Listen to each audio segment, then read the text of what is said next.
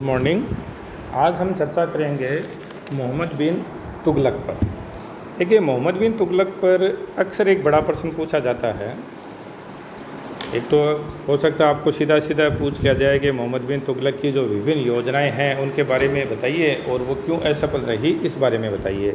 या हो सकता है कि उसके बारे में बदायूं का जो कथन है कि चलो खैर हुई, सुल्तान को अपनी प्रजा से और प्रजा को सुल्तान से मुक्ति मिल गई, इस कथन की आपसे व्याख्या करवा सकता है। ये भी पूछा जा सकता है कि एल्फिंस्टन का जो कथन है कि सुल्तान में पागलपन का अंश था, इसकी व्याख्या कीजिए। या एल श्रीवास्तव का जो कथन है कि उसमें विद्रोही तत्वों का मिश्रण था, इस पर चर्चा कीजिए। यानी आपको किसी भी तरीके से इस प्रश्न को पूछा जा सकता है, लेकिन प्रश्न की जो मूल भावना होगी वो ये होगी कि आप मोहम्मद बिन तुगलक के बारे में चर्चा कीजिए कि उसकी जो योजनाएं थी उनमें क्या तो अच्छाइयाँ थी और वो क्यों असफल रही। उसमें मोहम्मद बिन तुगलक में खुद में कुछ जो विशेषताएं थी, कुछ अच्छाइयाँ थी, उनके बारे में आपको बताना होगा। तो देखिए, आप सबसे पहले तो चर्चा करेंगे मोहम्मद बिन तुगलक की जो योजनाएं हैं उनके बारे में कि उसकी कौन कौन सी योजनाएं थी और उन योजनाओं में वो चाहता क्या था। देखिए, मोहम्मद बिन तुगलक की जो सर्वप्रथम महत्वपूर्ण योजना थी वो थी राजधानी का परिवर्तन। मोहम्मद बिन तुगलक अपनी राजधानी दिल्ली से दौलताबाद ले गया। दौलताबाद दक्षिण भारत में थी, देवगिरी जिसका नाम उसने दौलताबाद रख दिया दक्षिण भारत में थी। और इसके बारे में बर्नी तो ये कहता है कि ये साम्राज्य के केंद्र में थी, इसलिए वो अपनी राजधानी दिल्ली ले गया। इसामी है वो ये कथन कहता है कि सुल्तान दिल्ली के लोगों को दंडित करना चाहता था। इब्न बतूता ये कहता है कि दिल्ली के लोग सुल्तान को गालियों से भरे हुए पत्र लिखते थे और वो उनको दंडित करना चाहता था, इसलिए राजधानी ले गया। लेकिन देखिए, अन्य जो स्रोत हैं उनसे अगर हम विचार करें तो एक तो ये थी कि साम्राज्य के केंद्र में राजधानी थी, क्योंकि साम्राज्य का विस्तार हो रहा था, वो दिल्ली से आगे फैल रहा था दक्षिण भारत की ओर, महाराष्ट्र से भी आगे वो जा रहा था दिल्ली सुल्तान का साम्राज्य। तो वो एक ऐसी जगह राजधानी ले जाना चाहता था जहाँ से पूरे राज्य पर नियंत्रण स्थापित किया जा सके। दूसरा, मंगोलों का खतरा भी एक बड़ा कारण था जिससे परेशान थे वो लोग, और इसलिए वो राजधानी ले गए अपनी दिल्ली से देवगिरी या दौलताबाद। लेकिन दिल्ली के जो अमीर थे, सुल्तान के जो अमीर थे, उनको दौलताबाद रास नहीं आया, वो वहाँ खुश नहीं थे और अंततः राजधानी को वापस दिल्ली ले आया गया। इससे निसंदेह नुकसान हुआ, सुल्तान की प्रतिष्ठा को भी आघात पहुंचा, क्योंकि एक सुल्तान की प्रतिष्ठा इस चीज़ से जुड़ी हुई होती है कि वो अपने फैसलों को सही करके दिखाए।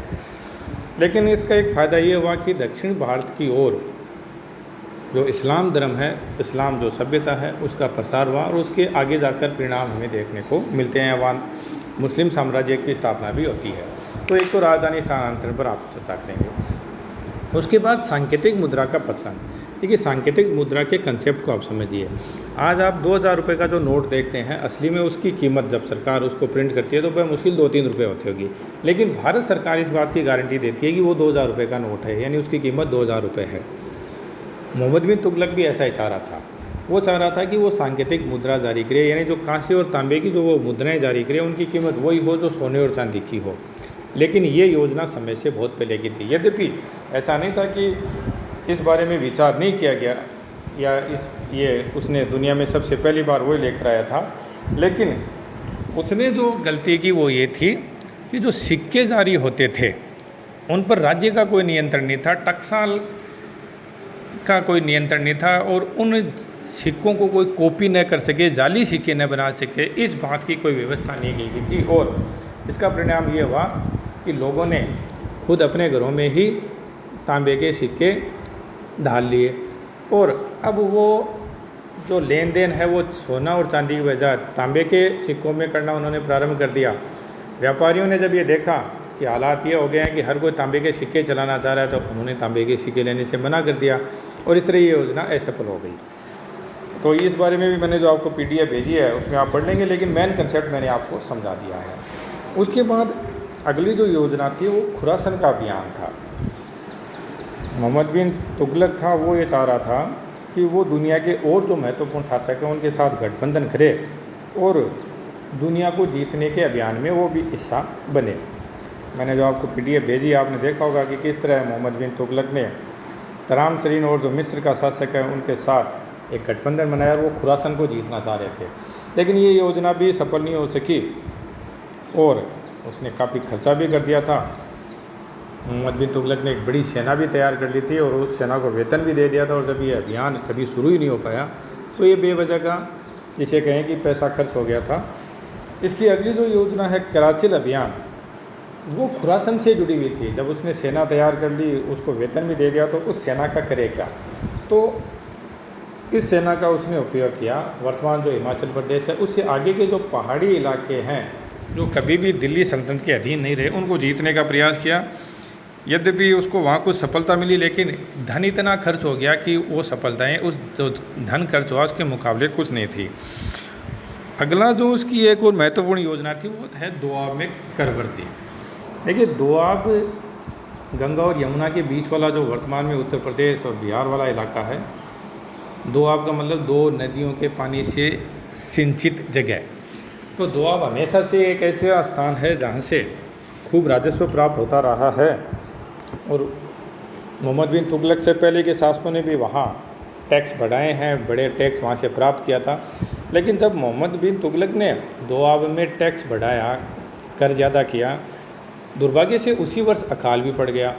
जो सरकारी अधिकारी थे उन्होंने मोहम्मद बिन तुगलक को इस बात से वाकिफ़ नहीं करवाया और किसानों के साथ कड़ाई से पेश आए, तो किसान उन्हें खेती करना छोड़ दिया और भाग गए। इससे भी राज्य को नुकसान हुआ, सुल्तान अपनी जनता के बीच लोकप्रिय हो गया, और इस तरह से सारी योजनाएं एक के बाद एक असफल होती रही। उसके बाद उसके साम्राज्य में विद्रोह फैल गए, कभी दक्षिण भारत में विद्रोह हो जाता, कभी सिंध में हो जाता, और वो विद्रोह को दबाने के लिए इधर से उधर भागता ही रहता।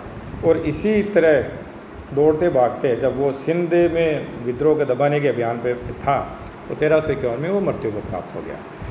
तो ये तो उसकी योजनाएं जो आप बताएंगे और क्यों असफल रही इस बारे में भी चर्चा करेंगे। लेकिन इसके अलावा भी आप मोहम्मद बिन तुगलक की जो अच्छाई हैं वो जो मैंने आपको एक बॉक्स जो पेज नंबर 26 पे आप देख रहे होंगे, बॉक्स में जो उसने अच्छाइयाँ थी उसके बारे में आपको बताया है, वो भी आप पढ़ेंगे। हम पीछे पढ़कर आए कि इब्न बतूता उसके समय में भारत आया था, और ये दूसरे धर्मों के जो लोग थे उनको भी पर्याप्त सम्मान देता था। जिन प्रभु सूर्य राजशेखर है जो जैन विद्वान हैं, इनको भी मोहम्मद बिन तुगलक ने सम्मानित किया था। अपनी हिंदू जनता के साथ भी उसका व्यवहार बहुत अच्छा था और वो होली और अन्य त्योहारों में भाग लेता था। अपने समय से काफ़ी आगे की सोच रखने वाला व्यक्ति था, और कहीं ना कहीं ये उसकी असफलता का ये कारण भी था।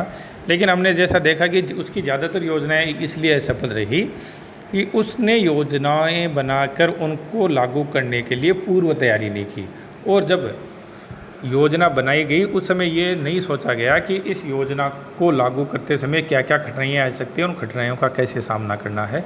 ये उसकी असफलता का प्रमुख कारण है।